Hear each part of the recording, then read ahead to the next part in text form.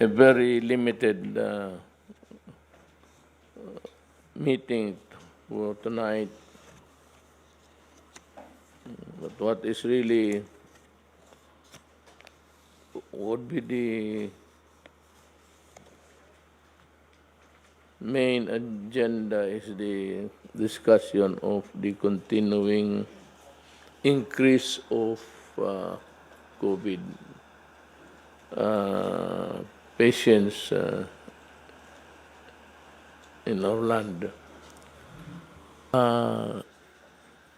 So education. Yes, ma'am.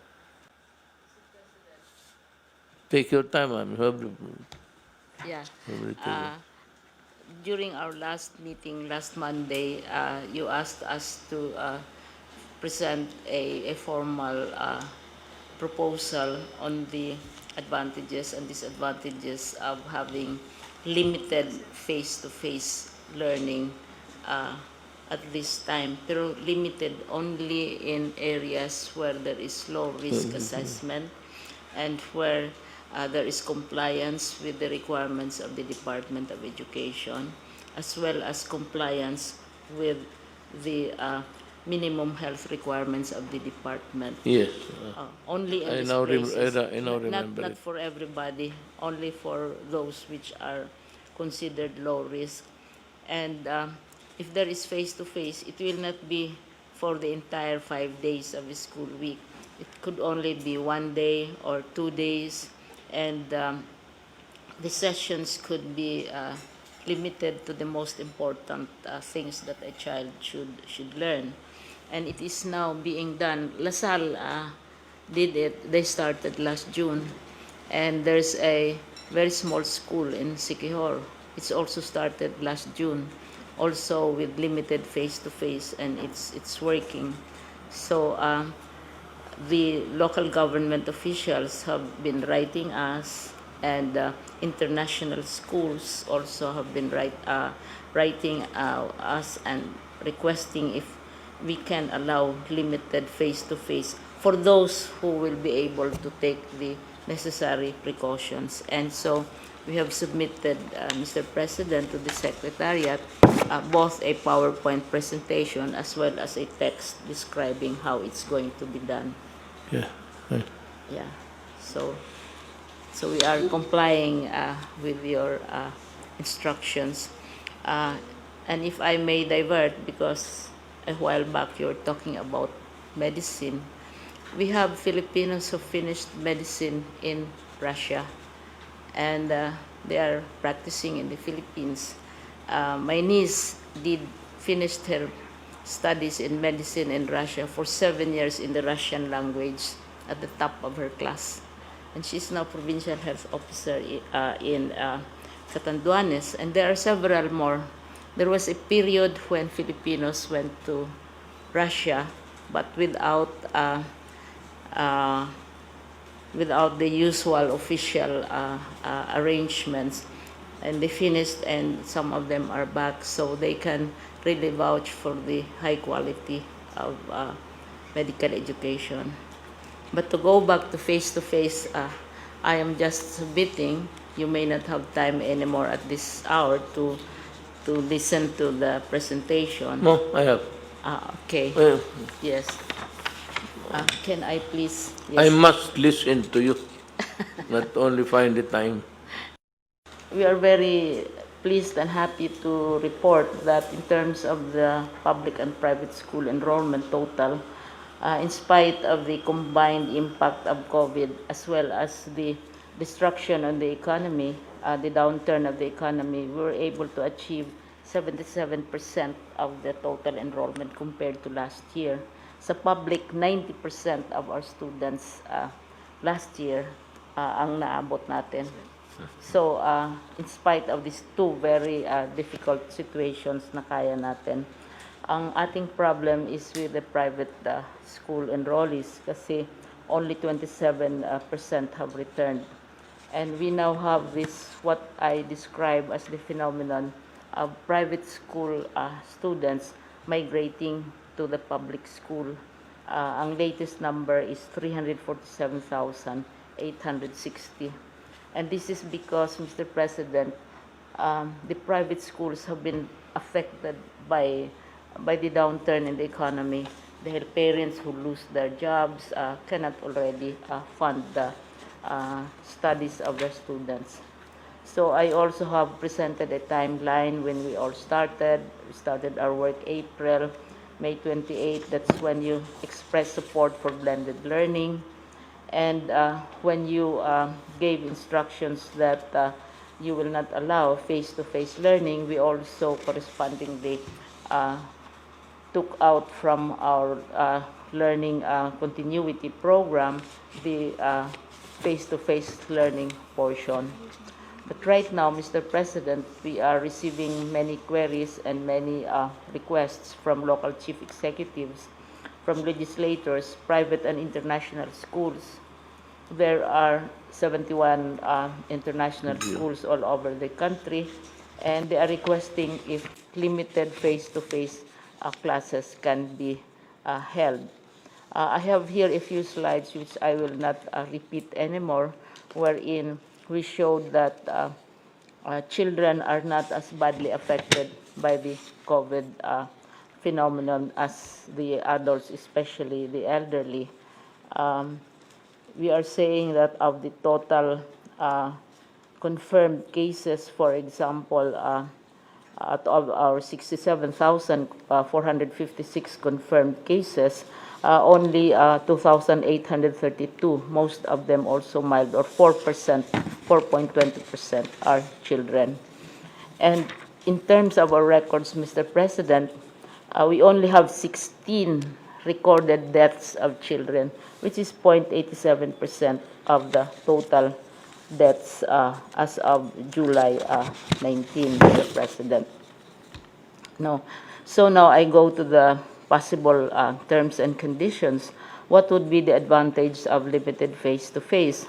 Well, both the learners, our students, and our teachers are familiar with face-to-face learning, so they will not have difficulty adjusting. Administrative costs will also be lower, and also the limited face-to-face classes closes inequality gaps. Kasi kung we rely, for example, heavily on online learning, then you will have equity problems for those who may not have access to digital equipment. And also, this is the most important, when we teach our children, we teach them not only about facts, about knowledge, about philosophies, about history, but we teach them how to deal with their fellow human beings. And that can only be attained to a great degree by face-to-face interaction among children, especially as they are young. Now, some of the disadvantages are, of course, the health risks. That's why we want to limit very strictly the implementation of face-to-face, and also the administrative costs, because maintaining the health standards and so on, and also of our own buildings will also be costly for us. Now, what are the possible terms and conditions which we can impose, aside from the fact that those who will be allowed to do so should be at the lower risk assessment? So we say that the first condition is that it can only be allowed in low-risk areas, or those at least under modified general community quarantine in the transition phase. But it has to be on a case-to-case basis, as advised by Secretary Galvez. The next is, we were thinking that up to January 2021, during the third quarter, we can start allowing. Between August and at present, we will be assessing the schools. Secretary Galvez advises us to make physical inspections of the facilities of the schools. So we can do it up to January, but as I said, Lasal already is into it since June, and then the little island of Siquijor has been quietly having its own version also since June as well. Now, what are other terms? we are saying, for example, Mr. President, that we should be coordinating not only within DepEd, but the LGUs concerned, because they are the ones asking for it mainly, and the local health authorities. And then the fourth condition that we would like to impose is we have to have stringent health standards, especially at this time. We were thinking perhaps August, no, but with the new developments, the numbers, and so on, we should be imposing stringent health standards as suggested by the Department of Health and also by AITF. And some of these will take time, like preparing the buildings, making sure that social distancing will be observed, and also how do we do physical education. And there's also advice that we have to, but this will not be difficult for our public schools kasi hindi naman sila air-conditioned, dinidiscourage ang air-conditioned classes, etc. And also, number 5 takes into consideration very seriously the advice of Secretary Galvez and Secretary Anyo that we have to have a joint inspection. It's not automatic. Kung low risk ka, pwede ka nang mag-open. No, they have to be inspected. And I was saying that DepEd, since the time of your mother, is structured in such a manner that you have people down to the principal level, the superintendent, and so on, who really know what is the situation at the frontline level. So we want to follow the advice of the National Task Force.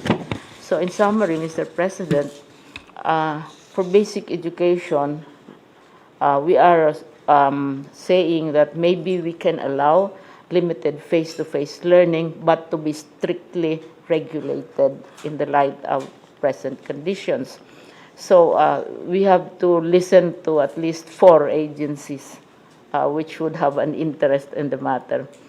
1, the location of the schools have to be assessed as low risk, but that is only the first step, Mr. President.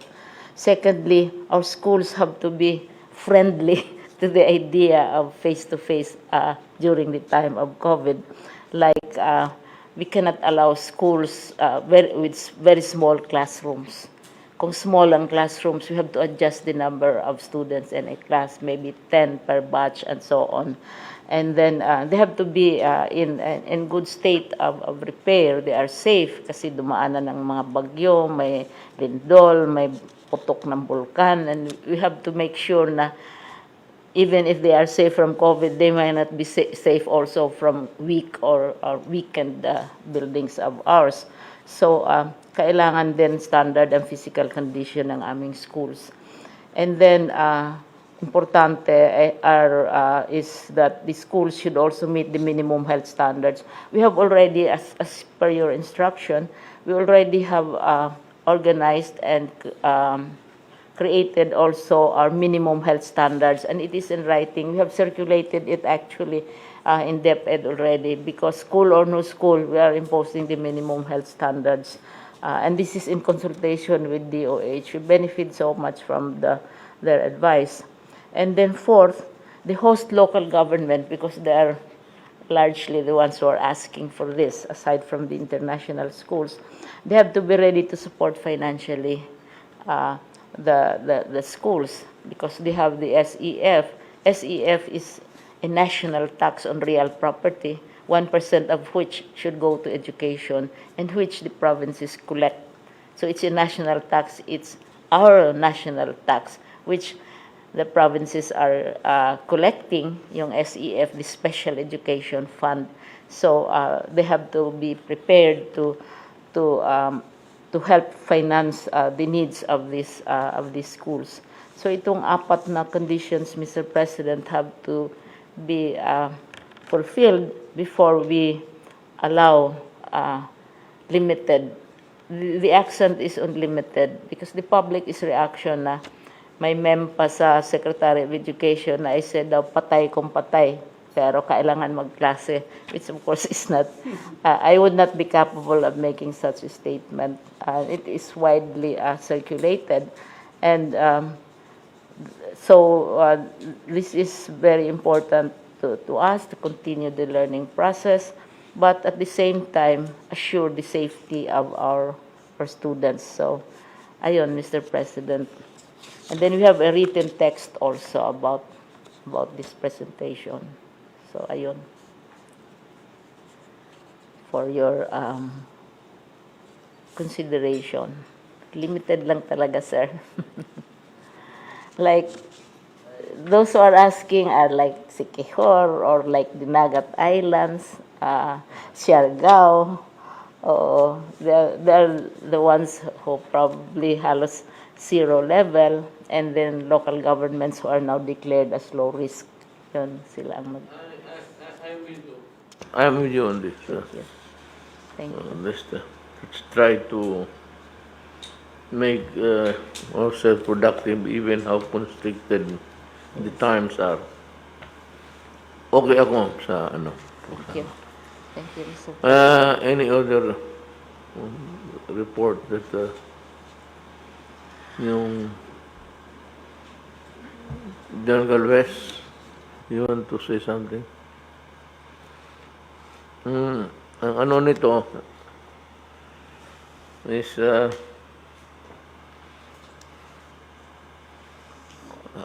it's very hard for us really to impose itong ano yung paglabas ng tao, and even in the wearing of the mask. I hate to, personally, I hate to arrest people for a mere violation of a rule which he says that they have to. Ang problema, kailangan masyado ang cooperation ng the mayors have to do more. They have to do more. They have to take care. I think, I'm addressing myself to Secretary Anyo. I think that if there are so many violations in a particular place, and well, of course, the police is lacking in the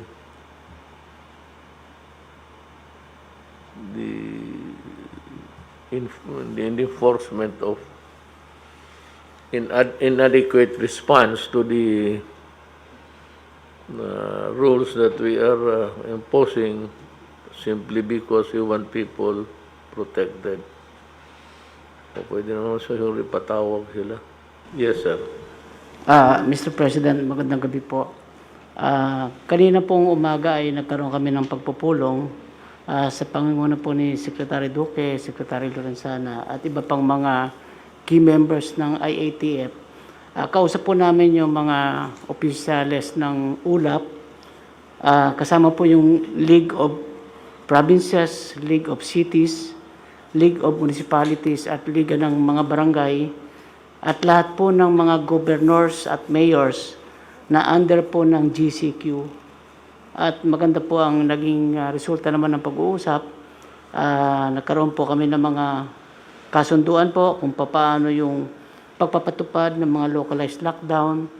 Gagawa rin po sila ng kanilang proposal kung paano po ang magandang paraan para ma-handle po yung mga LSI na uuwi sa kanilang probinsya at yung pagpapatupad po ng health standards po.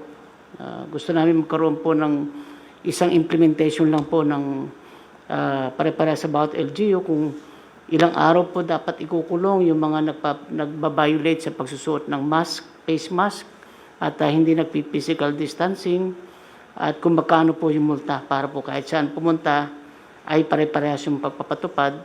Ito po kasi ang pinaka-importante para ma-prevent yung pag-spread ng virus. Magsimula po sa pagsunod sa panuntunan ng bawat mamamayan. Yung pong mga pagkakaroon ng transmission sa iba't ibang community, yun po bunga kapag ang ating mga kababayan na hindi sumusunod sa mga patakaran ng health standards.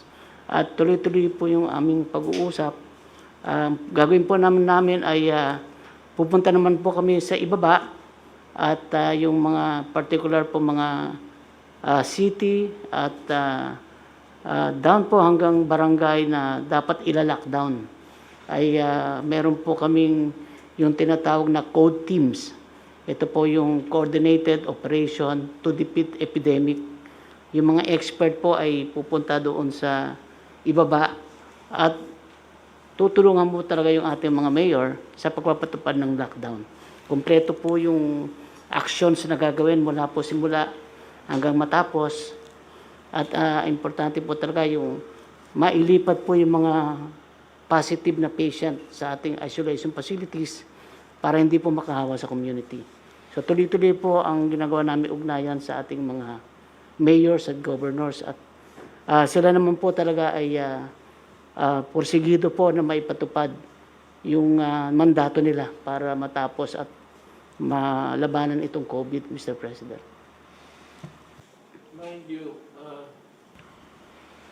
there is a raging fight between federal government and itong local states sa Amerika. Simply because there are mayors who refuse to abide by these rules of when everybody is talking about all experts practically, be it in Europe or America, and the doctors, the eminent doctors, they only have one unison statement. You want COVID slowed down or stop, wear a mask or do not go out of your house if you do not want to wear one. Yun lang, at saka yung social distancing. There is no other way that we can prevent COVID from transferring from one person to the other unless we obey. The only thing that's going our way in our favor is that we are a unitary type of government. At saka ang hold ng central government is different from the United States. They have more freedom there. And there are things which is unknown and nobody can. But dito sa Pilipinas, pag sinabi ng, well, whatever department, pag sinabi niya na ganun talaga, and you can enforce it. Otherwise, they would be guilty of, well, simple gross negligence or outright if the Secretary of Local Government would deem it necessary for your wanton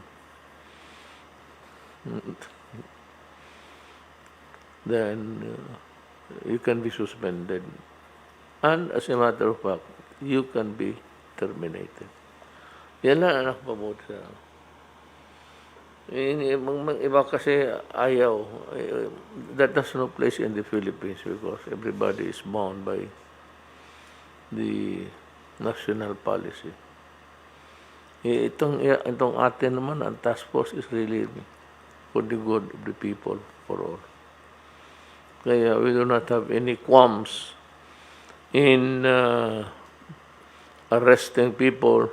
It might, under ordinary times, that's what I'm saying, about to say kanina, is that a simple violation of not wearing a mask seems to be trivial, and social distancing, all of these things.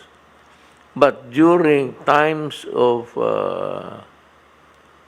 health issues, pandemonium,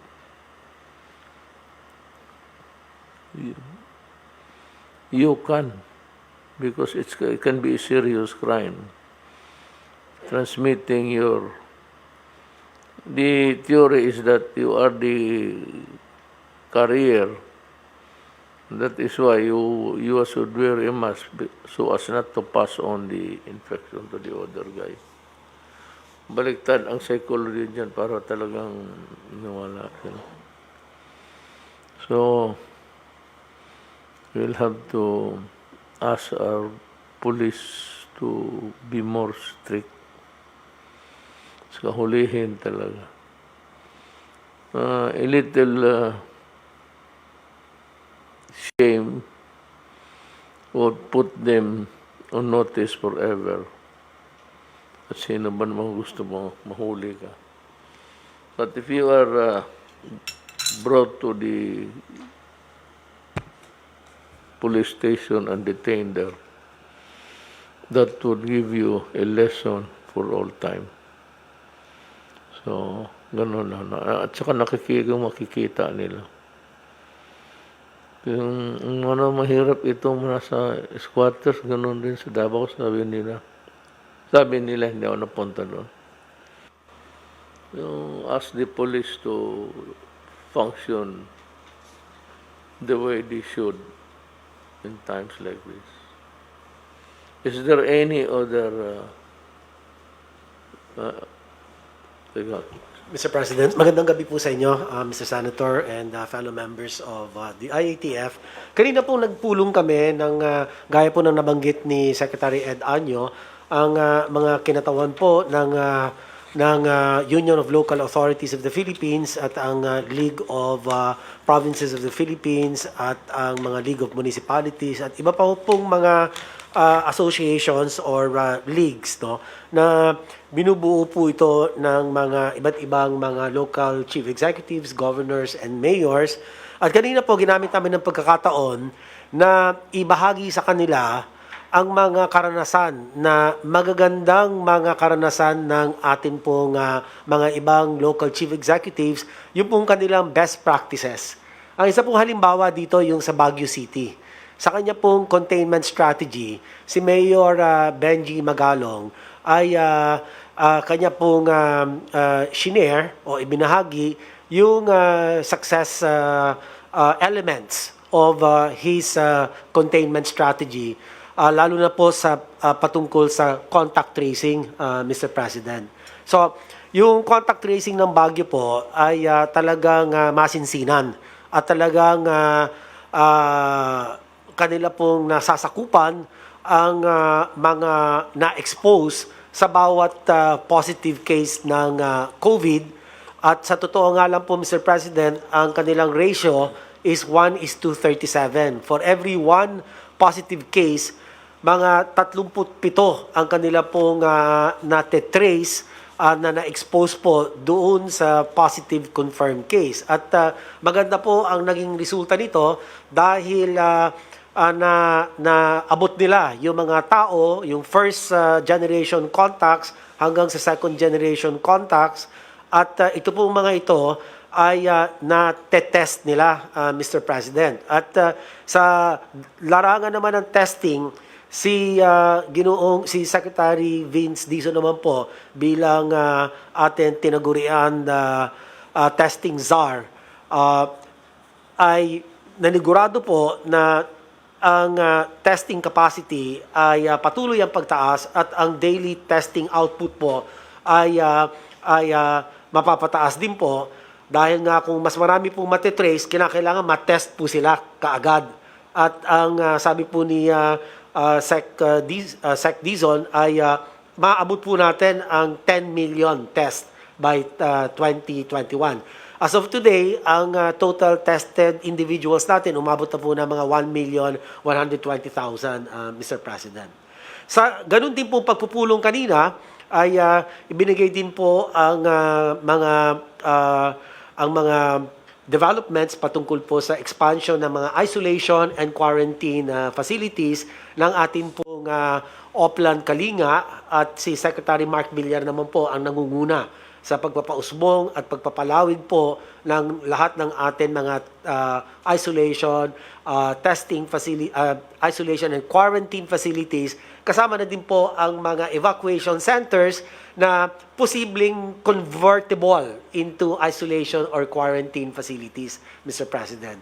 At kasama din doon po amin na ipinaulat kay Yusek Bong Vega ang bago pong luklok na atin Undersecretary of Health na tutukan po at buuin yung ating pong One Hospital Command system para ang referral system po ay maging maayos mula sa level 1, level 2, and level 3 hospitals and related facilities. So, maganda naman po ang naging resulta ng aming pong pagpupulong, although there will be additional meetings so that we will be able to solidify the agreements and the recommendations po na we arrived at in this morning's meeting. So, yun po, ang report, yung apat sa contact tracing czar ni Benji Magalong, ang testing czar po natin na si Secretary Vince Dizon at ang atin Oplan Kalinga isolation quarantine czar na si Secretary Mark Villar, and last but not the least, si Yusek Bong Vega of the DOH, who will take charge of increasing bed capacities for critical and severe cases. Kasi alam niyo po, Mr. President, ang isa po sa ating pinupuntirya rito ay hanggat sa maaari wala sanang mamamatay, Mr. President.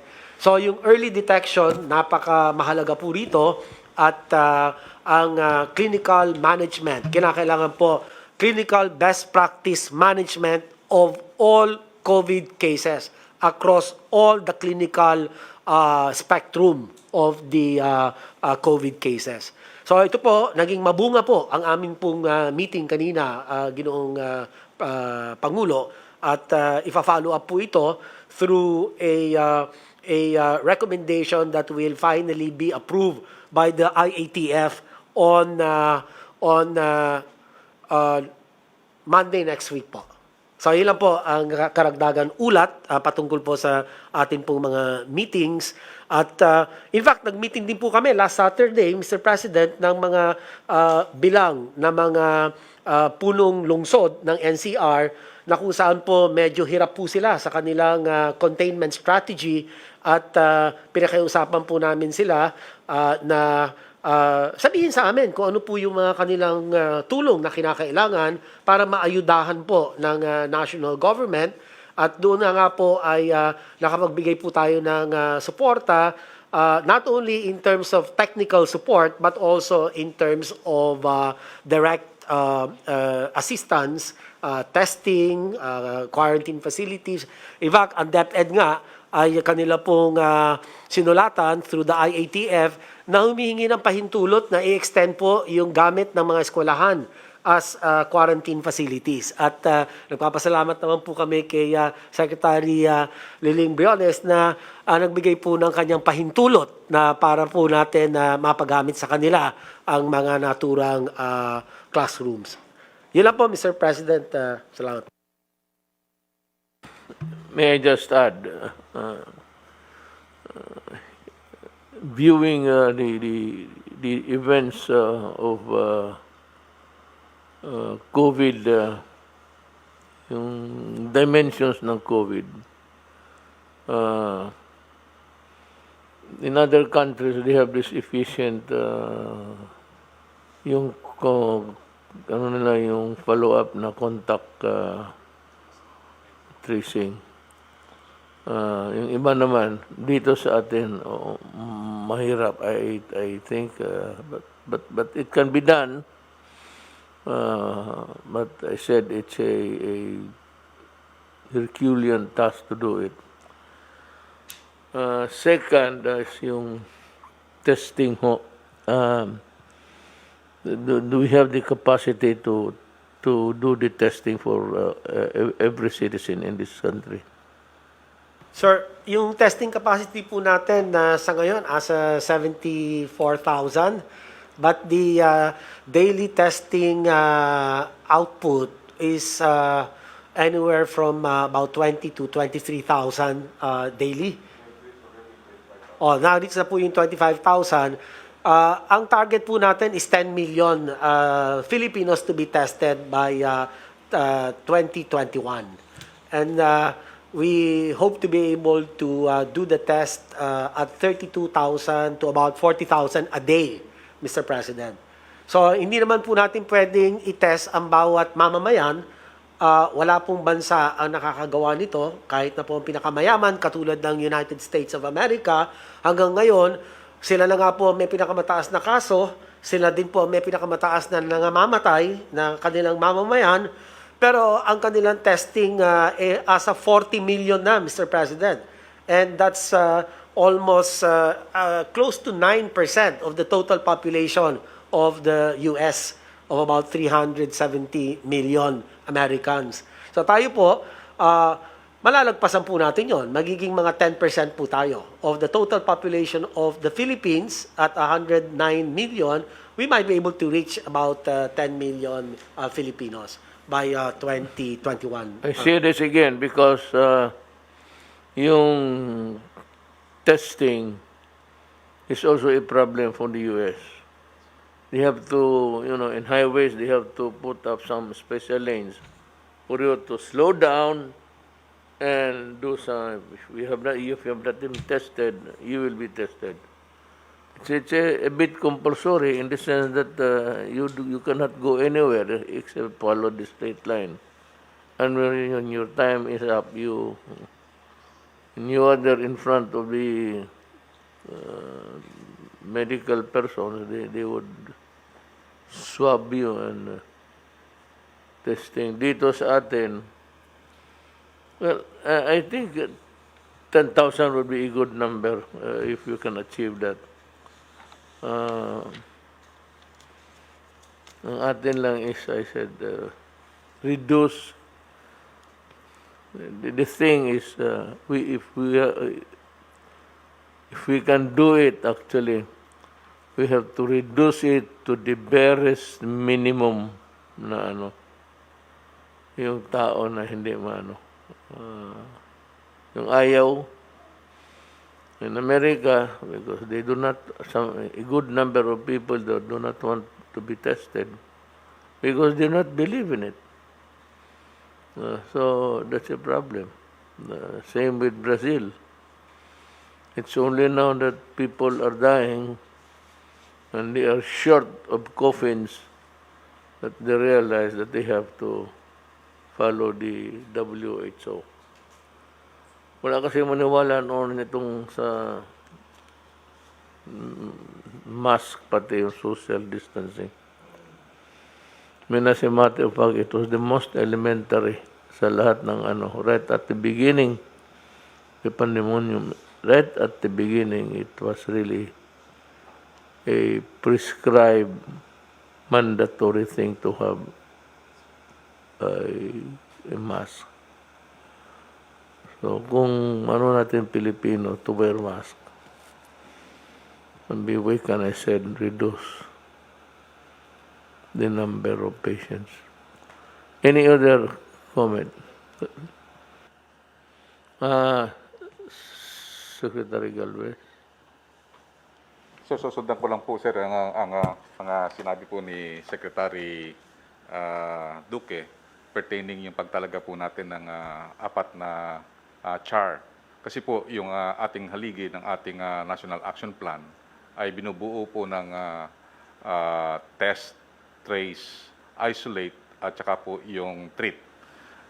Dahil po sa lumalaki na bilang ng ating COVID cases, kailangan po talaga matutukan po yung apat na haligi po nito dahil kasi ito po ay talagang sa lahat po ng mga ibang bansa na nakita nating nagiging maganda ang kanilang kalagayan, ay yung apat po nito ang talagang haligi ng kanilang mga estratehiya.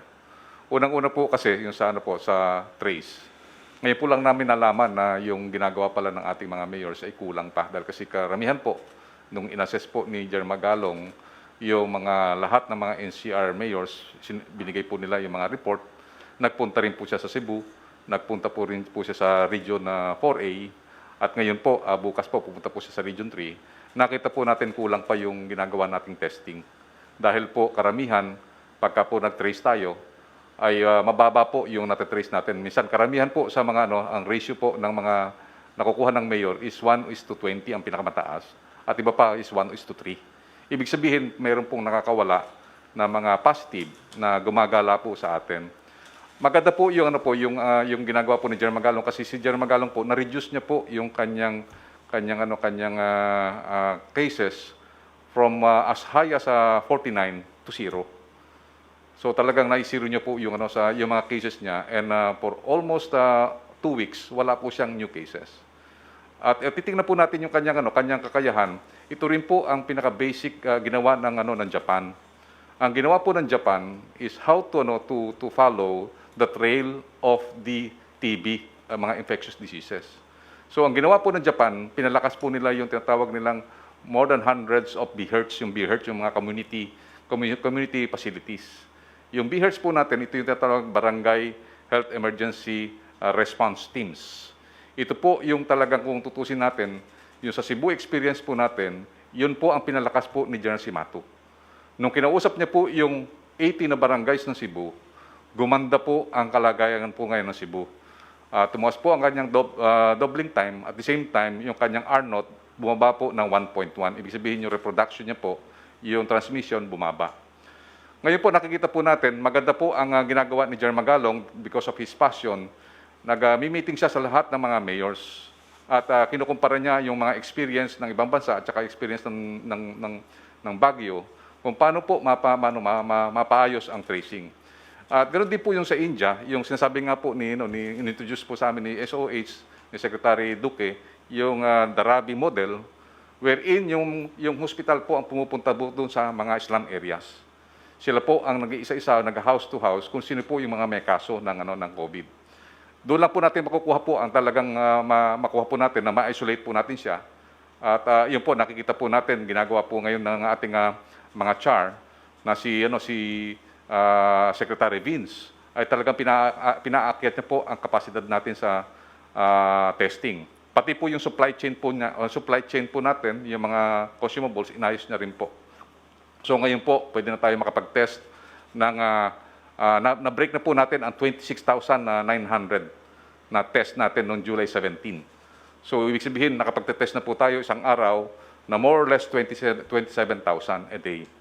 Pagka na-reach po natin yung 32, sinasabi po natin mga dalubhasa na we can save more than 4,000 to 6,000 deaths.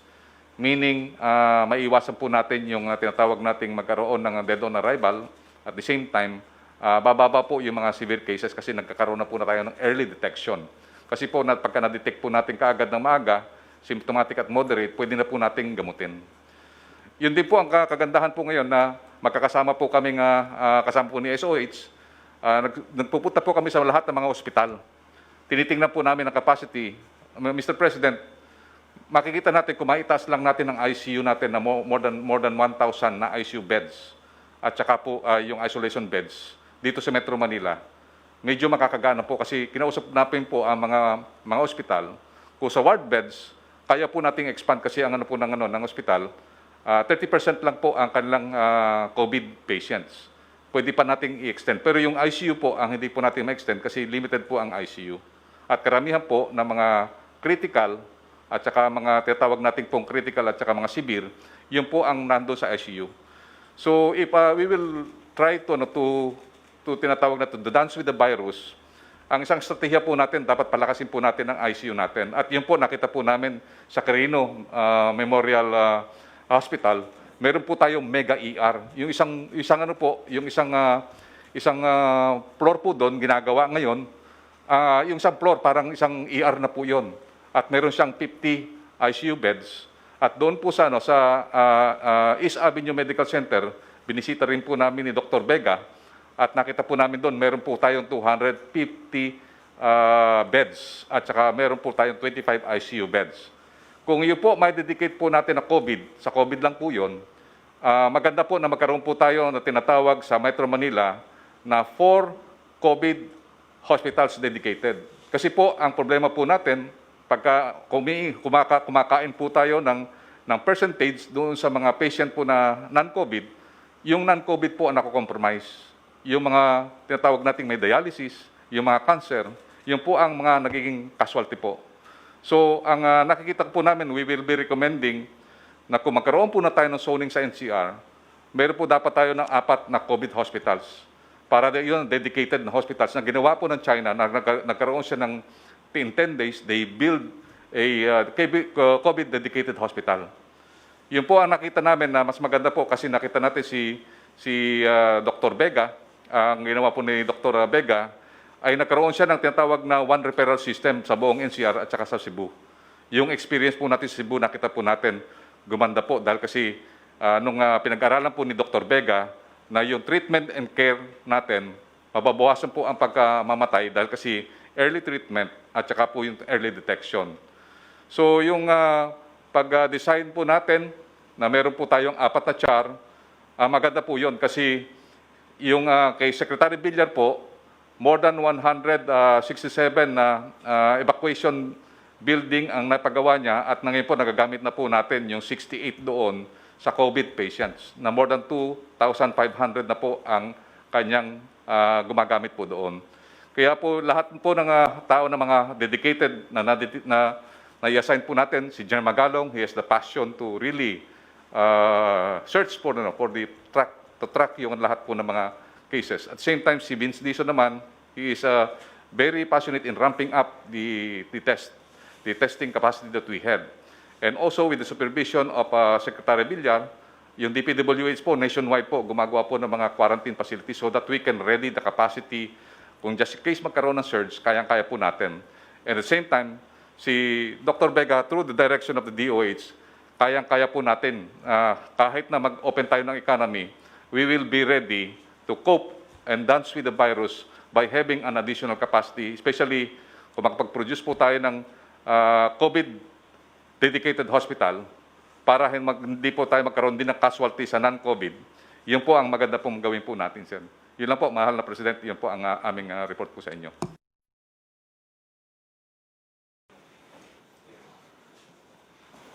My countrymen, we continue to meet regularly to talk about our problem. Perhaps our number one problem today is the COVID.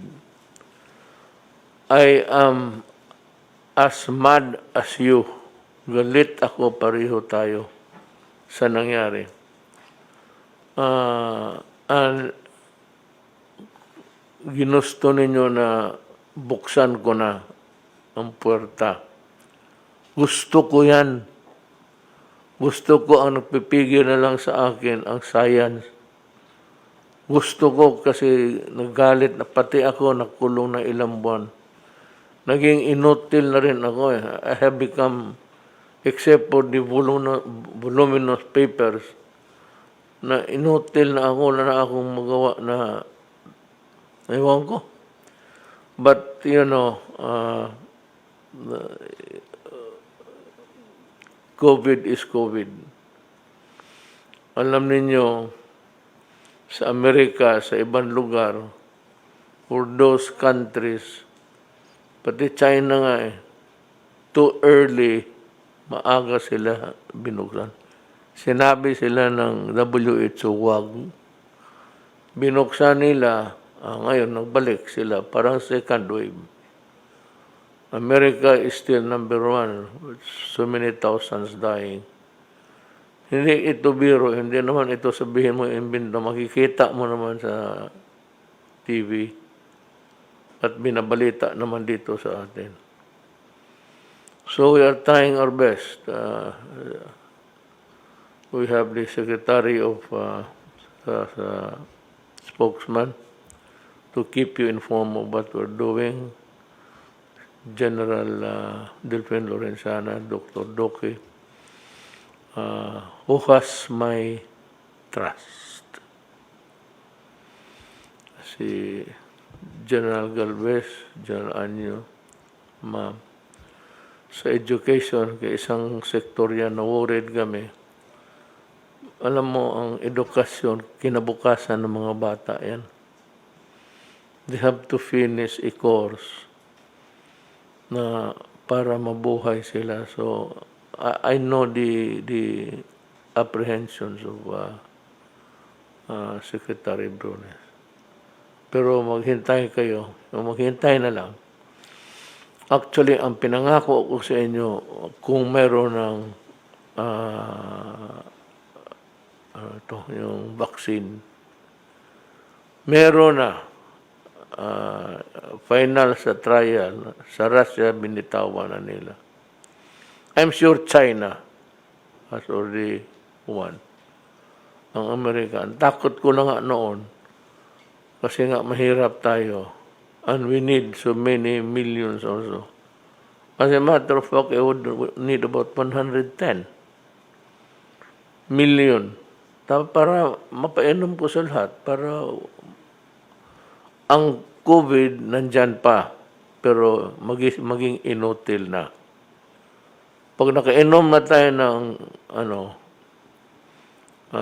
vaccine, yung influenza, yung H1N1, nandyan yan sila. Pero pag nakainom ka na ng vaccine, purnada na yan sila. But they remain on the air, but we are immunized already. So, maghintay lang kayo ng konti. Para sa mga plano natin, put it something like hanggang towards the end of the year. But if there is a thing that develops which is really good for you, mauna ako. Mag-utang ako. Magpabili ako kung saan magpabili ng lupa para ibili ko ng medicine. In the meantime, wala, America, Europe, wala isa. O isa lang nila, o dalawa, tatlo. Social distancing. Huwag kayong magsigaw-sigawan, nakadikit-dikit. Mask. Amerika, Russia, lahat, China, mask. Ito, importante talaga. Ngayon, kung wala kayo, I will try to buy as many as I can afford. Kung kaya ko, bigay namin yan sa inyo libre. But wear it.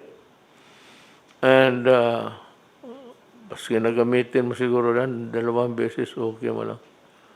O sprayhan mo lang ng alcohol pagkatapos. Huwag yung spray mo, isuot mo kaagad. Yung pagkatapos ng araw, hang it somewhere, sprayhan mo lang ng Lysol if you can afford it. Yung wala, ibabad mo ng gasolina o diesel. Putang, inang COVID na yan. Hindi uubra yan dyan. Totoo. Wala kayong iba to disinfect yun, maghanap mo ng gasolina. Babad mo lang yung kamay mo. Layo mo lang kaya baka wag sa loob ng bahay ninyo. In the meantime, ang importante talaga dito is your perseverance. That's the word. You must persevere during this time. Simplihin ko, patience. Total dadating rin yan. Marunong ang Diyos. Alam niya hindi tayo niya pababayaan. Especially Filipinas kasi Kristiyanos tayo. So, magsakripisyo lang tayo ng konti. Total, ang ating idol, nagsakripisyo man rin. Pinaghampas-hampas, ipinako pa sa krus. Tayo pasimba-simba man lang. Luhod-luhod ganun dyan. So, dedicate it to the Lord that you also suffer for the country. Maraming salamat po.